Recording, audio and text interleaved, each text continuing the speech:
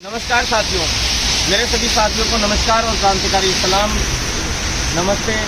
और साथियों, जिस तरह से संघर्ष हम लोगों का चल रहा है, आप सभी को पता है कि पूरे राजस्थान से 6 दिन लग गए थे। 6 दिन में हम लोगों ने यहाँ साइकिल यात्रा लेकर पहुँचे थे। 271 किलोमीटर की गांधी सर्किल से हमारी साइकिल यात्रा की शुरुआत हुई थी और गांधी जयंती के दिन शुरुआत हुई थी, जिसका नाम युवा क्रांति मार्च था और आंदोलन का नाम था युवा सत्याग्रह आंदोलन। और वो आंदोलन का आगाज हो चुका है। उस आंदोलन के अगले क्रम में हम लोग आज यहाँ पे जो जितने भी यहाँ पे जनप्रतिनिधि हैं, जो कांग्रेस के आला कमान के प्रतिनिधि हैं, केंद्रीय नेतृत्व है, उससे मिलकर हमारी समस्याओं का समाधान कराने के लिए यहाँ आए हुए हैं। क्योंकि राजस्थान में मुख्यमंत्री जी से हमने काफ़ी कोशिश की कि भाई हाँ, एक बार मिले थे, उन्होंने आश्वासन दिया कि 30 सितंबर तक हम लोग आपकी विज्ञप्तियाँ सभी भर्तियों की जारी करना शुरू कर देंगे। अगर वो 2-3 भर्तियों की विज्ञप्तियाँ जारी कर भी देते तो शायद हम लोग आश्वस्त हो जाते कि बाकी विज्ञप्तियाँ भी जारी हो जाएंगी, लेकिन इन्होंने आश्वस्त किया और अब तक वो काम नहीं हो पाए। तो लगातार हम लोग यहाँ डटे हुए हैं साथियों। जो हमारा जो अभी बारिश हो रही है, दिन में आप देखें कितनी तेज़ बारिश हो रही है, बहुत ज़बरदस्त बारिश हो रही है। अभी सुबह से ही आज यहाँ बारिश हो रही है। तो आज सुबह जब कल पहले तारिक अनवर जी ने हमसे मुलाकात की थी, जो राष्ट्रीय महासचिव हैं कांग्रेस के पूरे इंडिया के, और जो एक तरीके से कार्यालय मंत्री भी हैं यहाँ पे, पूरी तरह से कार्यालय का काम भी वही संभालते हैं ज़्यादा करके, वो खुद बाहर आ गए थे और आप सभी ने वीडियोस भी देखे थे और फोटोज़ भी देखे थे साथियों। तो लगातार जो संपर्क हम लोगों का इनसे बना हुआ है कि भाई हमारी समस्या का समाधान हो। राजस्थान सरकार को वो पत्र लिखें तुरंत प्रभाव से, क्योंकि इमीडिएट हमारा काम होना चाहिए, चाहे वो विज्ञप्ति जारी करने का हो, चाहे सीएचओ के नियमितीकरण का कार्य हो, उनके कैडर निर्माण का कार्य हो, लिखित परीक्षा से सारी भर्तियों को, जो नियम संशोधन अभियान है उसमें लिखित परीक्षा से सारी भर्तियां हो, साथ में जो क्लिनिक इस्टेब्लिशमेंट एक्ट को लागू करते हुए जो है प्राइवेट सेक्टर हो चाहे संविदा सेक्टर हो, सभी की सैलरी न्यूनतम 20,000, तो कम से कम एक नॉर्मल से नॉर्मल व्यक्ति की भी, नॉर्मल से नॉर्मल कर्मचारी की भी एक सैलरी होनी चाहिए। ओबीसी प्रमाण पत्रों से संबंधित हो, जितनी भी भर्तियां हैं उनमें जो ओबीसी का जो इशू क्रिएट हो रखा है, जैसे जिस आयु सीमा का जो मामला हो रहा है, चाहे ईडब्ल्यूएस का हो चाहे SC/ST का हो, सभी का मामला है उसमें। तो साथ में जो भर्तियों के अंदर ओबीसी की एक बड़ी विसंगति आप लोगों के सामने, जो नियम चेंज होने की वजह से भूतपूर्व सैनिक अधिनियम वाले जो हैं उनकी वजह से आ रही थी, उनका समाधान करने का हो। सभी चीज़ों के लिए हम लोग लगातार, क्योंकि ये सभी नियम है जो सर्टिफिकेट वाले हैं, वो मेडिकल विभाग को भी प्रभावित करने का प्रयास करते हैं। लेकिन आपको सभी को पता है कि कितनी भर्तियां हो गई हमारे मेडिकल विभाग की। हर भर्ती में 2001 भी भर्ती में हमने ये प्रॉब्लम नहीं आनी थी, जबकि हर भर्ती में 2018 से अभी तक जितनी भर्तियां हुई सब में ये ओबीसी वाला, ये प्रमाण पत्रों वाले जो इशू आए हैं, जिनकी सारी भर्तियां अटकने में आ गई हैं। आप सभी को पता है चिकित्सा विभाग की हमने पूरी 6 भर्तियां कम स्पीडली पूरी करवा ली, क्योंकि इनमें कोई किसी राजनीति का इंटरफेयर नहीं हुआ।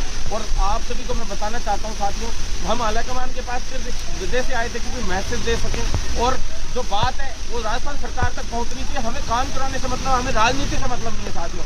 और हमारा धरना 100% जब तक जारी रहेगा जब तक समाधान नहीं होंगे। साथ में जो राजस्थान सरकार है वो भी कान खोल के सुन ले कि हमारे यहाँ से अभी हम लोग सभी मुकुल वासनिक जी हैं, जो अजय माकन जी है, जो राजस्थान के 2 मुख्य रूप से पर्यवेक्षक और प्रभारी भी हैं, और मल्लिकार्जुन खड़गे हैं जो राष्ट्रीय अध्यक्ष का चुनाव भी इनके लड़ रहे हैं, कांग्रेस के जो है, उन लोगों से भी हम लोग मिलने का प्रयास कर रहे हैं। और हमने गांधी परिवार के किसी एक सदस्य से भी वार्ता कराने के लिए इनसे आग्रह कर रखा है।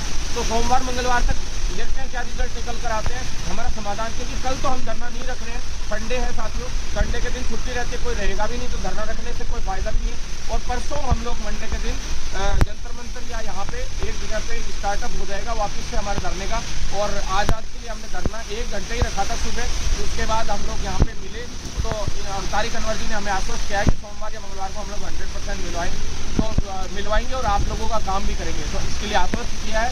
तो इस वजह से हम लोग अभी आज पूरे दिन भागदौड़ जरूर कर रहे थे, लेकिन एक बार आश्वस्त हो जाते हैं पूरी तरह से सभी साथी लोग तो अच्छी बात है। वरना मैं खुद भी लाइव आऊँगा सोमवार को, और जो केंद्रीय चिकित्सा मंत्री हैं मनसुख मांडविया जी, उनसे और भारती प्रवीण पवार मैडम है, उनसे भी मिलेंगे, क्योंकि उन्होंने भी हमें मिलने के लिए अपॉइंटमेंट दे दिया है। तो जो सीएचओ की जो परमानेंट वाली जो हम लोगों ने डिमांड रख रखी थी, जो केंद्रीय मंत्री जी हैं, उन्होंने एडवाइस भी कर दिया सभी राज्य सरकारों को। तो उसके बाद उसमें कुछ इंसेंटिव के इश्यूज आ रहे हैं, इंडिकेटर्स के इशू आ रहे हैं, कुछ अदर इश्यूज जो सीएचओ से रिलेटेड जितने भी आ रहे हैं उनको बिल्कुल क्लियर करेंगे और पूरे के पूरे समाधान करवाकर हम लोग आएंगे। नई भर्तियाँ लेकर आएंगे, सारी भर्तियाँ लिखित परीक्षा से होनी चाहिए, सीएचओ की नई विज्ञप्ति जारी होनी चाहिए, सारी मांगें जल्द से जल्द पूरी करवाएंगे साथियों। बस गर्मी हो, धूप हो, छांव हो, बरसात हो, हर में आप लोगों का इतना सख्त निवेदन करना चाहता हूँ कि साथ बनाए रखें। अभी हम कांग्रेस कार्यालय से जो राष्ट्रीय कार्यालय है वहाँ से लाइव है और आपको सभी को पता है कि राष्ट्रीय कार्यालय पे धरना देना ही अपने आप में बहुत बड़ी बात है। एक छोटे से राजस्थान के कार्यालय पे धरना दिया था कुछ समय पहले, कुछ युवाओं ने तो उनके खिलाफ मुकदमे दर्ज कर लिए थे, लेकिन हम पूरे भारत के हर एक राज्य की जो प्रदेश कार्यकारिणी है उनको यहाँ बुलाएंगे और बड़ी मीटिंग रखेंगे। अगर सरकार हमारी जल्द से जल्द राजस्थान सरकार हमारी मांग नहीं मानती है तो, और 80-20 के इशू में भी बड़ा काम करेंगे। तो अभी हम लोग कल का पूरा दिन 80-20 के लिए भी आधे से ज़्यादा दिन रखेंगे, क्योंकि हम 6 हाईकोर्ट हैं पूरे इंडिया के, जिन 6 हाईकोर्ट के अंदर पूरे केसेस लगा रहे हैं।